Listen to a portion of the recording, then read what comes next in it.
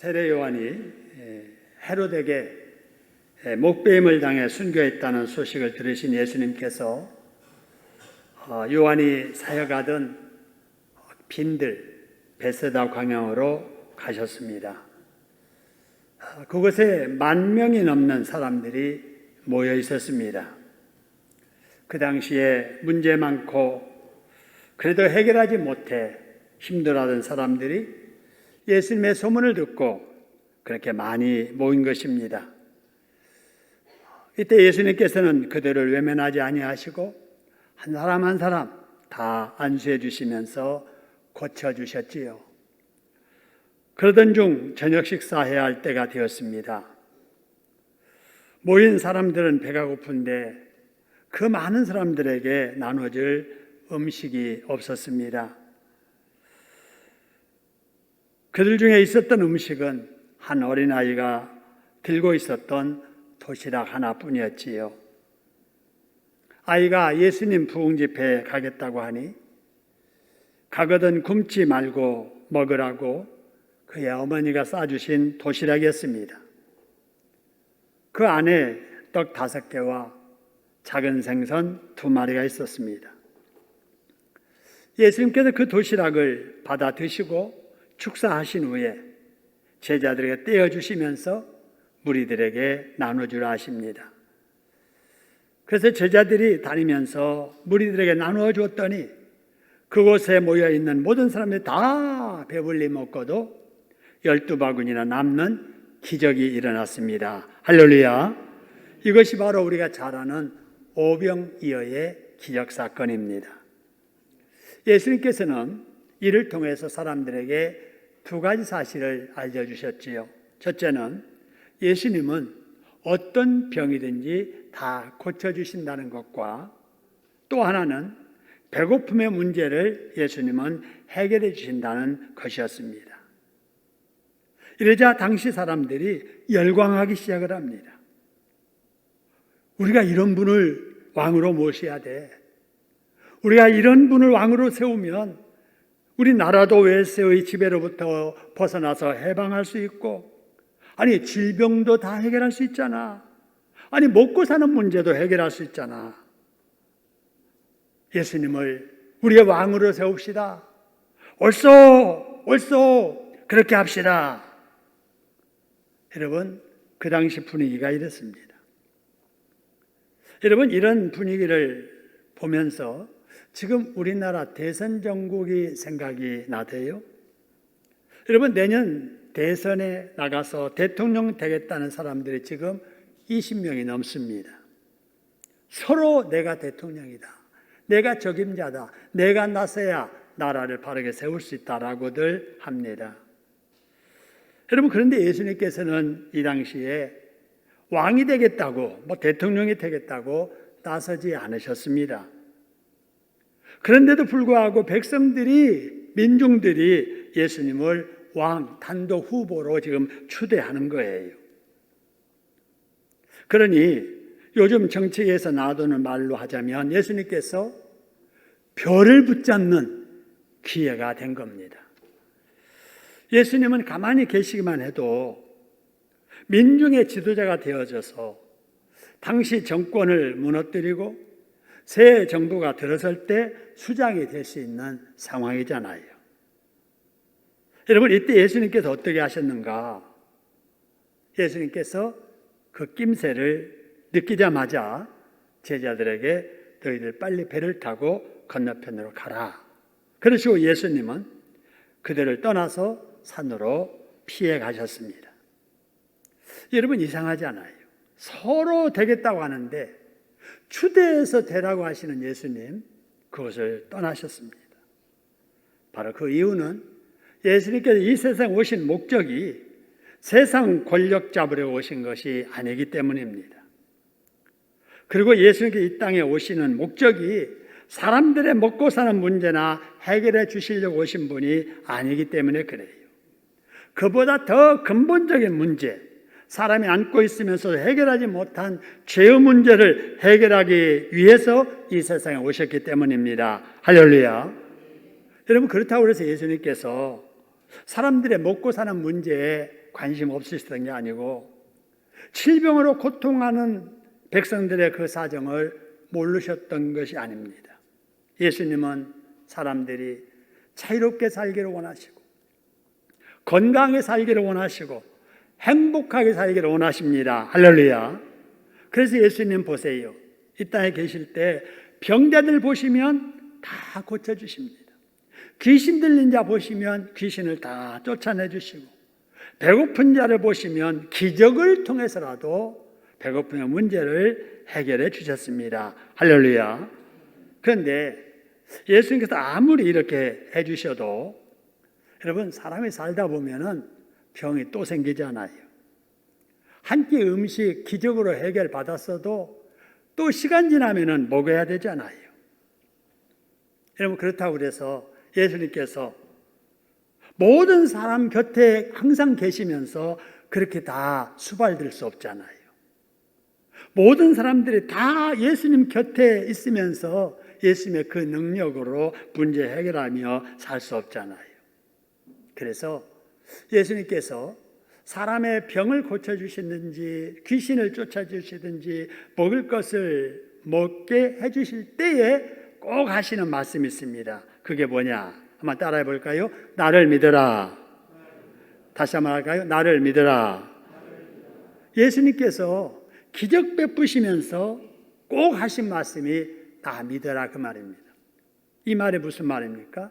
나를 믿기만 하면 내가 이곳을 떠날 때에도 너희 속에 내 영이 함께하여 지금 너의 문제 내가 고쳐준 것처럼 너의 문제 해결해 줄 것이라는 겁니다. 할렐루야. 여러분 우리가 예수님을 믿지 않아요. 그렇기 때문에 우리의 마음속에는 예수님의 영이 계신 줄로 믿습니다. 그래서 이 당시 예수님께서 그들 옆에 계시는 것처럼 우리 예수님이 우리 옆에 지금 안 계실지라도 우리 예수님은 영으로 우리 속에 계신 줄로 믿으시기를 소원합니다.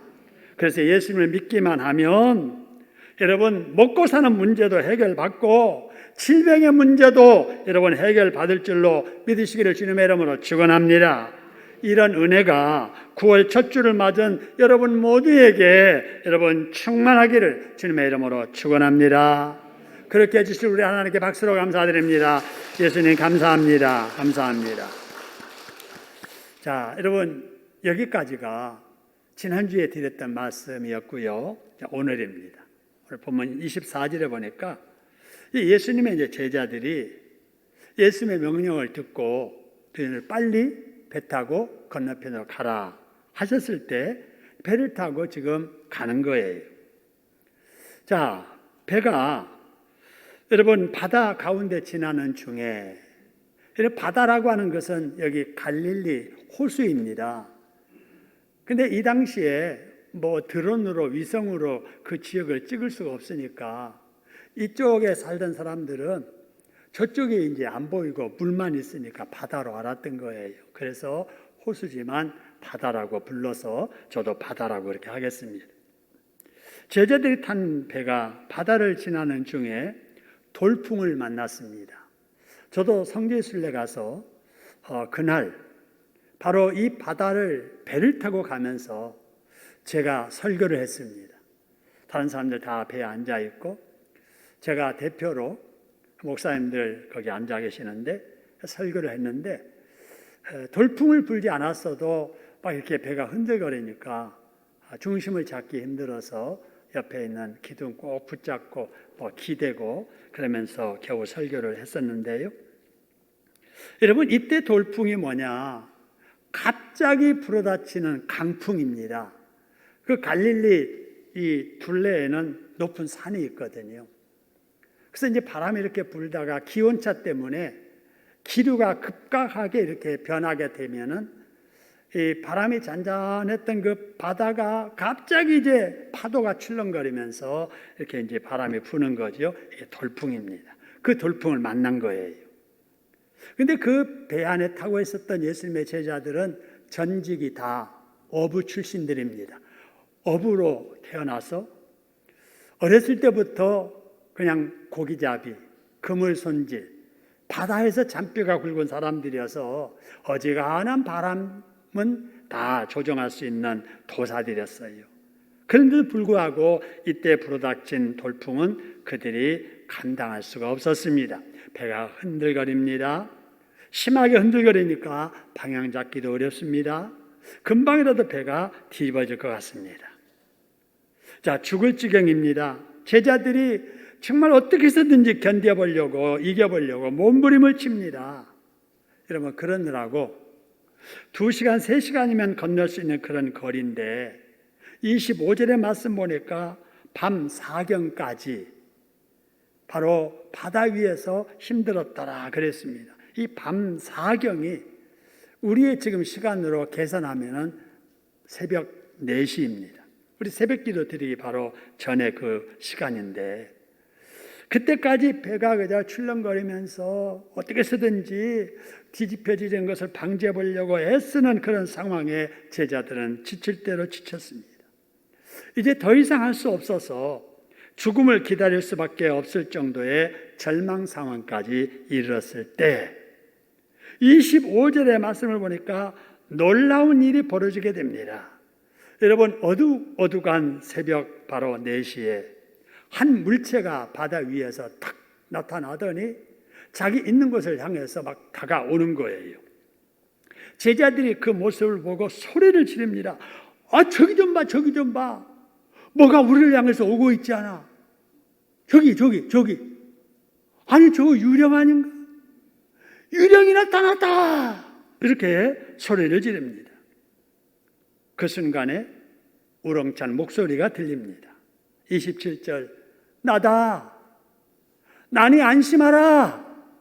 나니 두려워하지 말라. 많이 듣던 목소리입니다.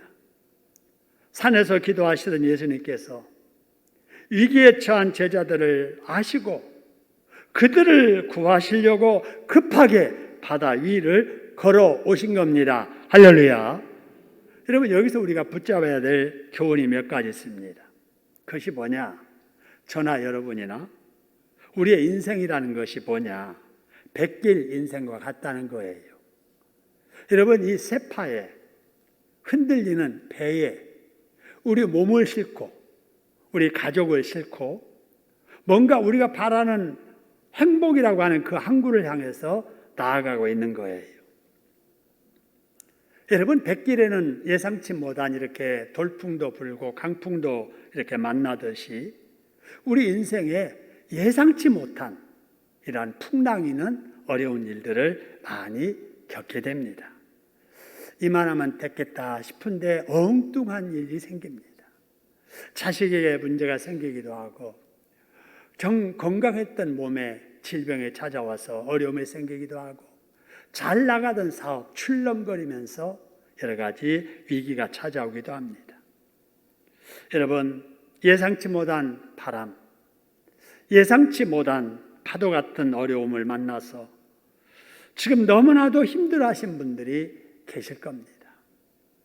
코로나19라고 하는 돌풍을 맞이했습니다. 질병이라고 하는 강풍을 만났습니다. 여러분, 이럴 때 우리가 꼭 기억해야 될 것이 있습니다. 그것은 뭐냐? 예수님은 그런 우리를 결단코 잊지 않으신다는 것입니다. 할렐루야. 잊지 아니하세요. 여러분, 제자들만 지금 돌풍 만나서 위험에 처한 것이 아니고 제자들을 보내고 산에서 기도하시던 예수님, 벌써 제자들의 그런 모습을 아셨습니다. 할렐루야. 그래서 처음에는 지켜보시다가 안 되겠다, 더 이상 이들 놔두면 다 죽겠다 싶을 때 예수님께서 급하게 오시느라고 배 타고 오신 게 아니고 물 위를 걸어서 오신 것입니다. 여러분, 우리의 삶 속에서도 마찬가지예요. 우리가 어려움을 당할 때 믿음이 있기 때문에 예수님께 기도도 하고 예수님께서 해결해 주시고 도와주시고 고쳐 낫게 해 주실 것으로 기대하는데 우리가 기대하는 때에 주님이 오시지 않아서 문제가 해결되지 않아서 참 시험 들 때도 많이 있습니다. 근데 우리가 꼭 기억해야 될 것은 여러분, 우리가 어려움을 당했을 때 내가 원하는 때 예수님께서 도와주시지 않는다고 예수님이 나를 잊으신 것은 아니다는 겁니다. 할렐루야. 우리 예수님께서는 우리를 강하게 여러분 되기를 원하세요. 그래서 우리가 조그마한 어려움을 만날 때 두고 보시는 거예요. 그 어려움을 통해서 더 믿음이 강해지라고, 의지가 더 강해지라고. 우리 자식 키울 때도 그러잖아요. 애가 무슨 일을 해결하지 못하고 끙끙거릴 때 부모가 다 알고 있고 돕고 싶고 해결할 수 있지만은 두고 볼 때가 있잖아요. 왜냐하면은 이 어려움을 통해서 너도 배워야 돼. 그래야 더 큰 어려움을 만나도 이길 힘이 생기는 거야. 그러면서 여러분 지켜보듯이 우리 예수님께서도 지켜보실 때가 있어요.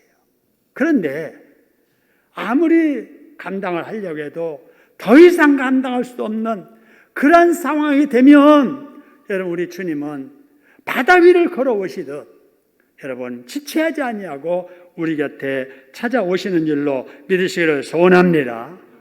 그리고 우리에게 나다, 내가 왔다, 두려워하지 말라, 안심하라고 여러분 우리에게 말씀해 주실 줄로 믿으시기를 소원합니다. 어려움을 당할 때마다 이런 주님의 음성을 들으면서 위로받으시기를 주님의 이름으로 축원합니다. 여러분, 예수님께서 바다 위를 걸어오신 것은 제자들이 예수님을 유령으로 착각하고 두려워했습니다. 이때 예수님께서 안심하라, 내니 두려워하지 말라 라고 하실 때 그 목소리를 가장 먼저 누가 알아듣냐면 베드로가 알아듣습니다. 그래서 28절에 보니까 베드로가 뭐라고 하냐면요, 주여, 만일 주님이시거든. 지금까지는 유령으로 알았잖아요. 긴가민가 하는 상황인데, 그래서 그냥 주여 불러놓고 만일 진짜 주님이시거든 나를 명하여 뭐 하라 하소서 그래서요, 무리로 오라 하소서, 이런 거예요. 여러분, 그랬더니 주님께서 뭐라고 하시냐면은 29절에 말씀 보니까 오라 라고 말씀을 하십니다. 오라 말씀하십니다. 그럴 때 베드로가 배에서 내립니다. 여러분, 물 위로 내려서 섰는데 빠지지 않는 거예요. 주님을 바라보고 주님 앞으로 나아갑니다. 할렐루야. 여러분, 이때 여러분이 베드로라면 어떤 생각이 들겠어요? 구름 위를 지금 밟고 가는 그런 느낌이었을 거예요.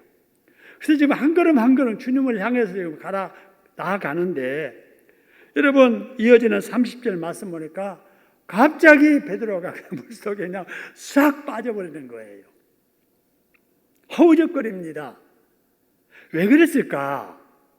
여러분 30절 말씀 보니까 뭘 보고 무서워 빠져가는지라고 그러세요? 바람을 보고. 보세요. 예수님을 믿음의 눈으로 바라볼 때는 바다 위라도 걸을 수 있었던 베드로, 바람 바라보니까 빠지더라는 것입니다. 할렐루야. 여러분, 이것을 통해서 우리가 붙잡아야 될 교훈이 있습니다. 여러분, 우리가 문제 많은 세상을 살아갈지라도 그럴수록 어려울 때 예수님을 믿음의 눈으로 바라봐야 된다는 것입니다. 할렐루야. 바라봐야 돼요. 여러분, 어려울수록 어떤 사람은 그래요. 평소에는 신앙생활도 잘하고 봉사도 잘하고 기도생활도 잘하더니 어려움을 당하니까 기도생활도 안 하고 교회 출석도 안 하고 그래서 그냥 신앙생활 주저앉아 있는 사람들이 있거든요. 여러분, 절대 그러면 안 됩니다. 여러분, 왜냐하면은 우리가 주님을 바라보지 아니하면 우리의 눈은 사람을 바라보게 되어 있어요. 여러분, 어려움을 당할 때 사람 바라보면은 원망하게 돼요. 부모님이 나를 왜 이렇게 태어나게 하셨을까? 우리 부모는 왜 나를 이렇게 도와주지 못할까? 남의 부모들은 그렇지 않았던데 나를 바라보는 나는 왜 이것뿐인가? 절망하게 됩니다. 세상 바라보면은 원망하게 돼요. 불평하게 돼요.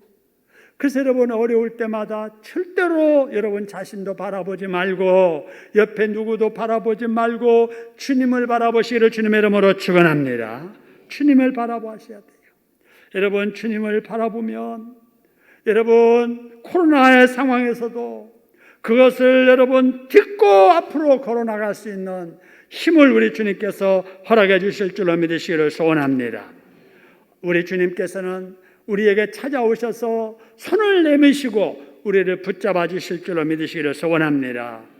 다음으로 우리가 이 세상을 살아갈 때 왜 주님만 바라봐야 되는가? 여러분, 그것을 좀 더 알기 위해서 과거 이스라엘 백성들의 광야 생활을 조금 살펴볼 필요가 있습니다. 여러분, 하나님의 선택받은 이스라엘 백성들이 본래 어디 살았냐면요, 애굽에서 살았어요. 애굽에서는 노예로 살았습니다. 일하고 임금 받는 것도 아니에요.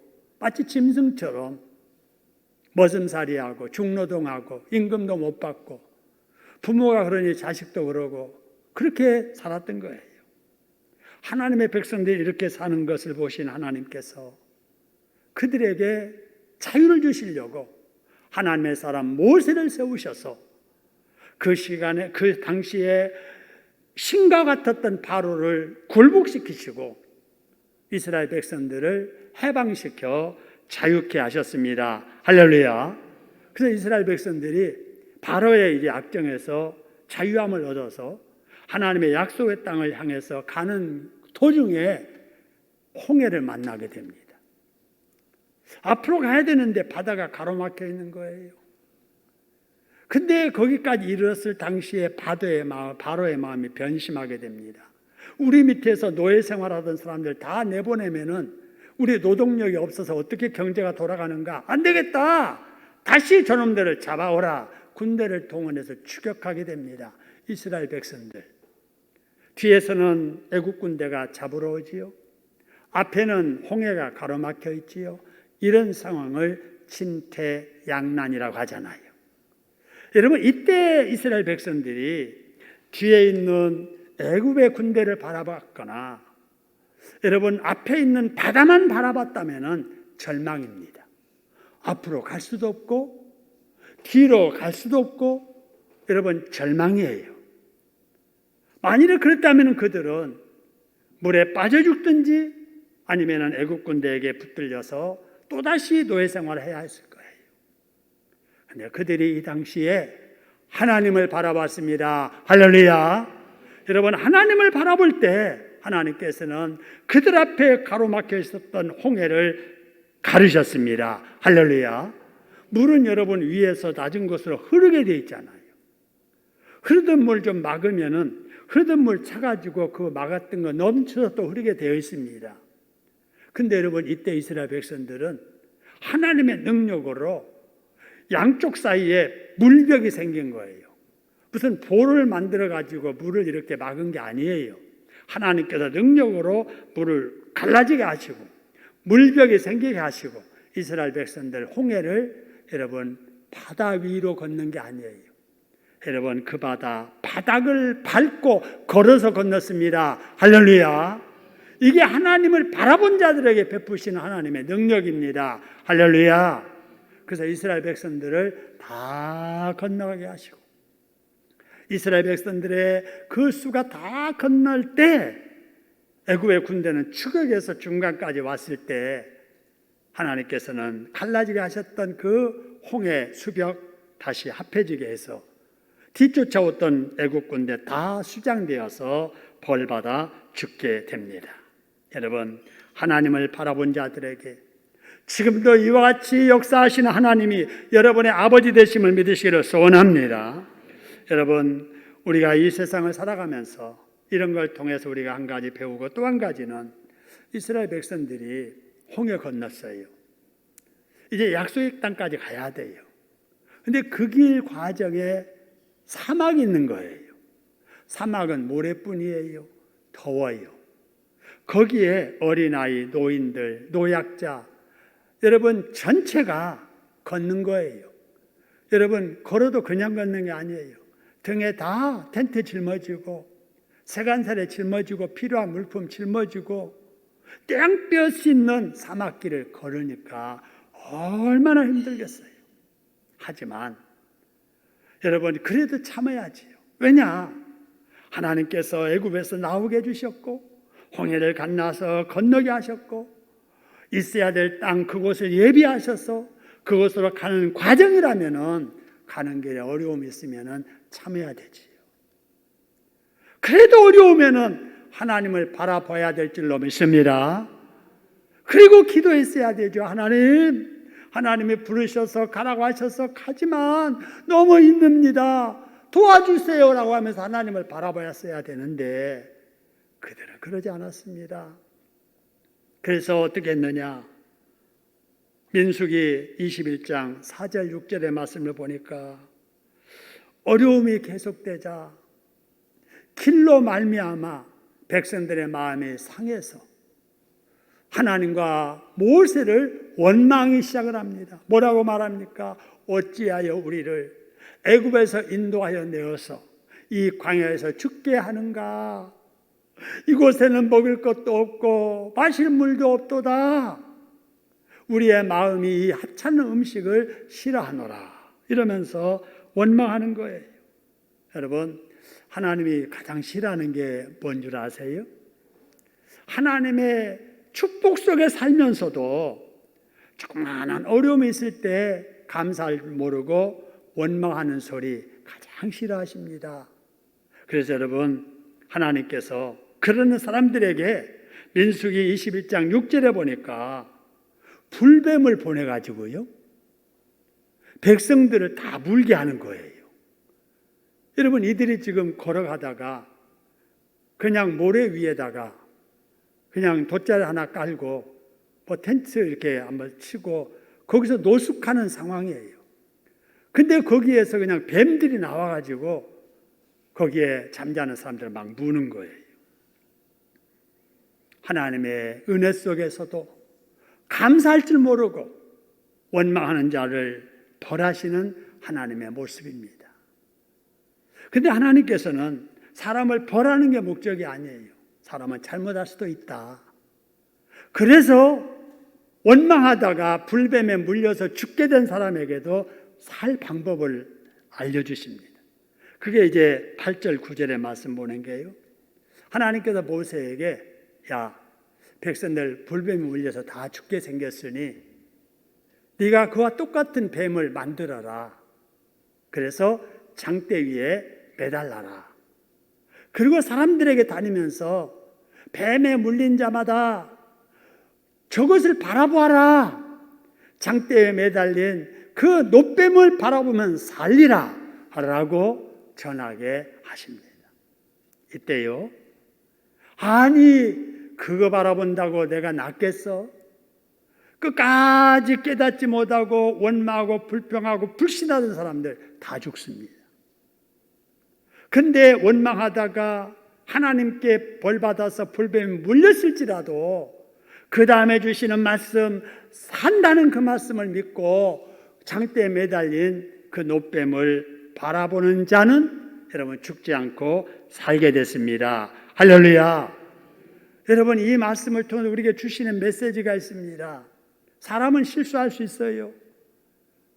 감사해야 될 상황 속에서 원망할 수 있어요.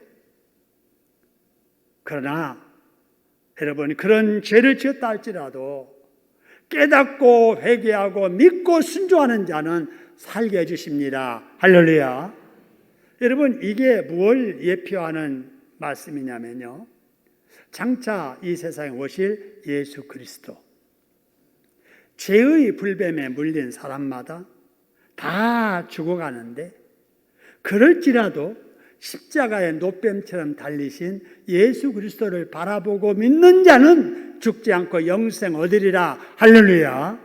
이걸 미리 예표적인 사건으로 보여주신 거예요. 그래서 누구든지 십자가에 내 대신 죽으신 예수님 믿으면 여러분 나음을 입고 영생을 얻게 됩니다. 할렐루야. 근데 여러분, 이 그림이 말이죠, 우리 의료인들이 입고 있는 가운, 마크, 상징적인 표시로 이걸 합니다. 의사들 여러분 여기에 달려있는 마크 보세요. 여러분, 이 그림이 있습니다. 장대가 있고 거기에 뱀이 그려져 있는 모습. 이게 여기서 나온 거예요. 불신 의사들은 그것이 뭔 줄도 모르고 의료협회에서 만들어서 붙이라고 하니까 그 마크 붙이고 있지만 그 마크의 핵심은 뭐냐? 죄의 불뱀에 물려서 죽는 사람, 십자가 달리신 예수 그리스도를 믿으면 산다는 것입니다. 할렐루야.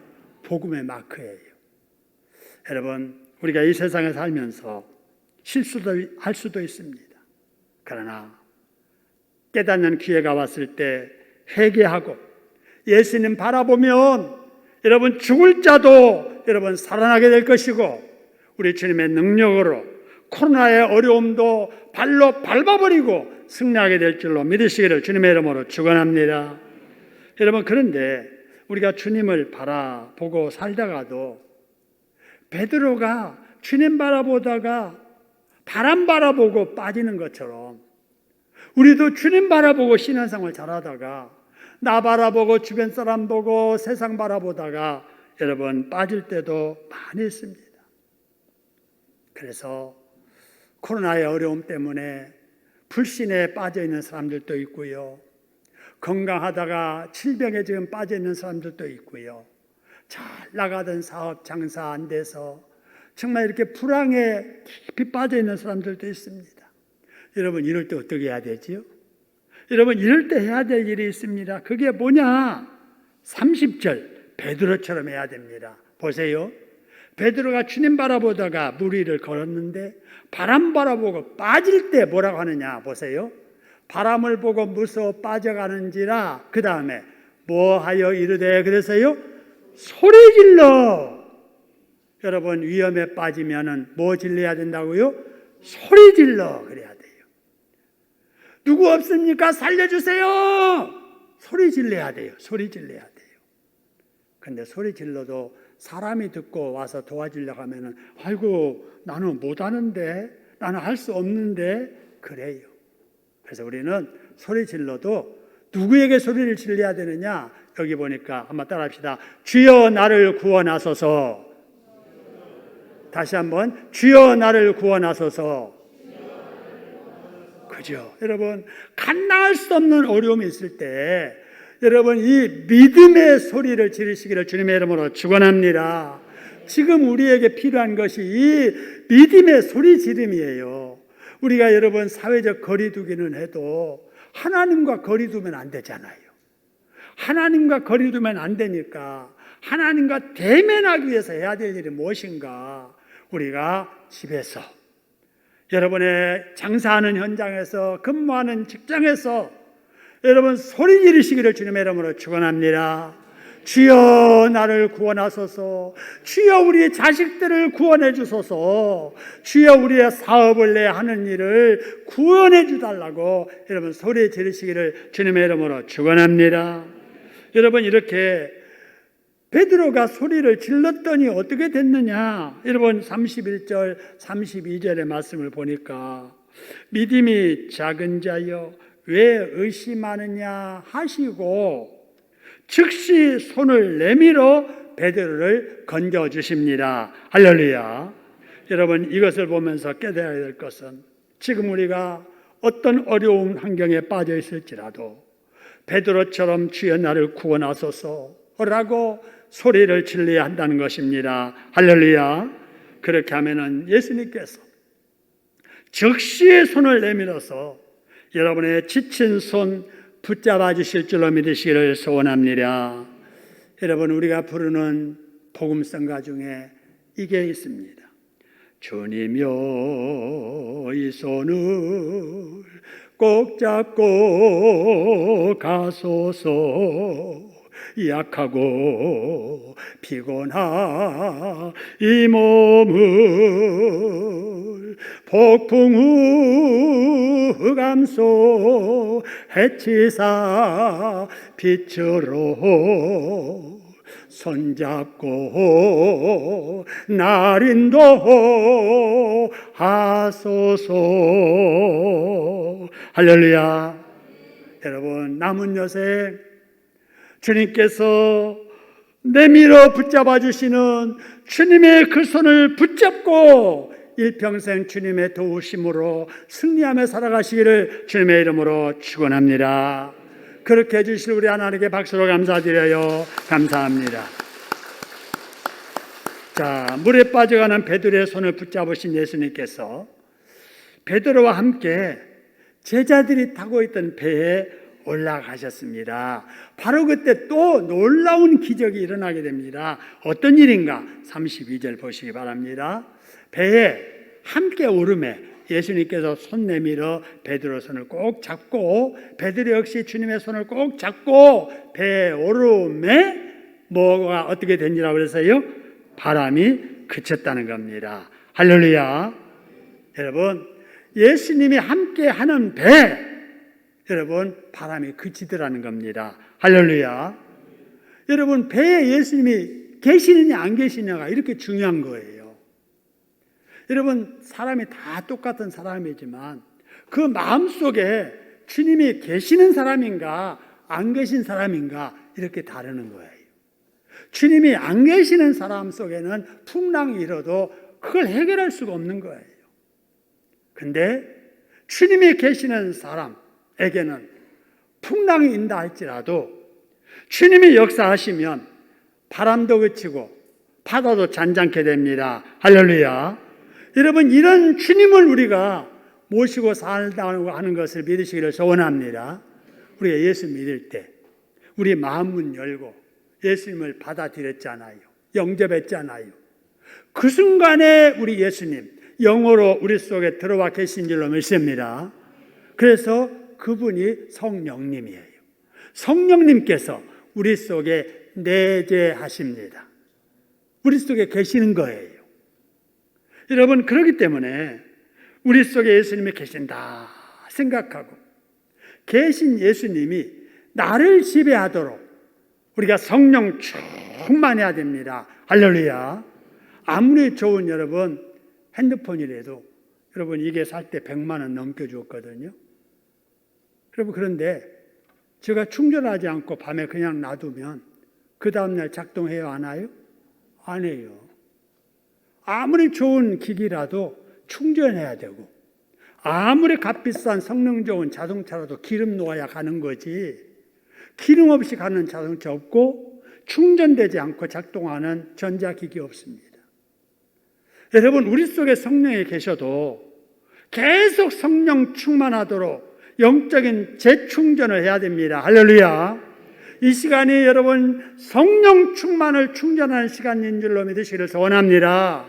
여러분, 일주일에 한 번으로 충전하면은 수요일 날 되면 거의 방전돼요. 그러니까 수요일 날 나와야 되는 거예요.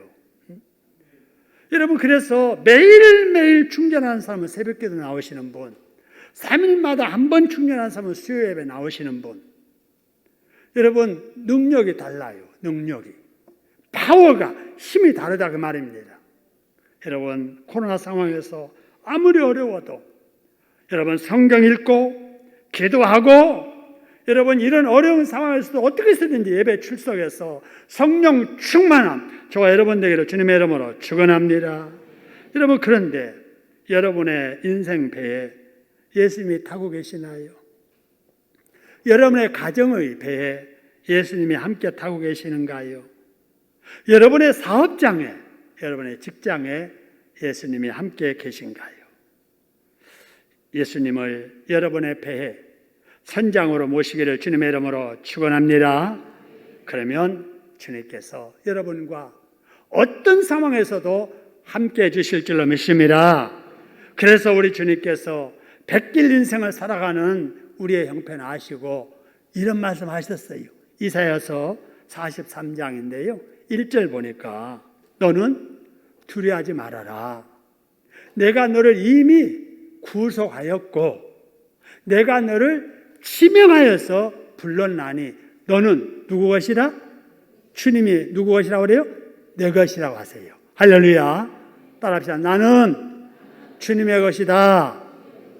여러분, 이 주님의 소유가 됐다라고 하는 것은 주님이 나를 책임진다는 거예요. 주인이 누구냐에 따라서 그 주인이 나를 책임진다니까요. 제가 이렇게 산책을 좀 우리 집 앞에 가는데 요새 한 3분의 1이 다 개 끌고 다녀요. 개. 근데 제가 그걸 보면서 많은 것을 깨닫습니다. 사람도 주인이 없는 사람은요, 개만 또 못해요.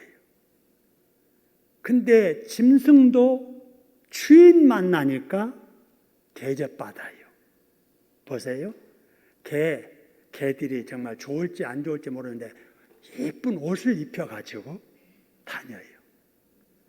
염색해가지고 또 미장원에 가서 잘 다듬어가지고 끌고 다녀요. 먹을 것 다 챙겨갖고 다녀요. 물병 가지고 다니면서 물 먹이더라고요. 똥 싸면은 똥까지 비닐 갖고 다니면서 다 치워줘요. 아프면은 병원에 데리고 와서 다 치료해주고 약 먹이고 그래요. 왜 그래요? 주인이니까 그러는 거예요. 주인. 짐승도 주인은 책임져 준다고 말입니다. 저와 여러분 주님이 우리의 주인 되십니다. 할렐루야. 그래서 예수님을 향해서 주여 그러지 않아요. 주인님이시여 그러지 않아요. 그렇기 때문에 어떤 어려움이 있더라도 세상 바라보지 마시고 주인 되시는 주님 바라보고 사시기를 주님의 이름으로 축원합니다. 주인은 책임져 주십니다. 어떻게 책임져 주시느냐? 역시 2절, 3절 보니까 이런 말씀이 있습니다. 네가 물 가운데로 지나갈 때도 생길 것이다. 네가 불꽃 가운데 지나가야 될 때도 생길 것이다. 그러나 내가 너의 주인 되신 이상, 네가 내 소유인 이상 내가 너 물 가운데 지날 때 함께 해줄 거다. 불 가운데 지날 때도 함께 해줄 것이다. 할렐루야. 그래서 물이 너를 침몰치 못하도록 지켜줄 것이고 불꽃이 너를 사르지 못하도록 지켜줄 것이다. 할렐루야. 여러분, 이런 하나님의 은혜가 여러분의 인생 마칠 때까지 계속되기를 주님의 이름으로 축원합니다. 예수님만 바라보시고 주님이 내민 손 꼭 붙잡고 여러분 주님의 능력으로 승리하시며 건강하게 행복하게 사시기를 주님의 이름으로 축원합니다.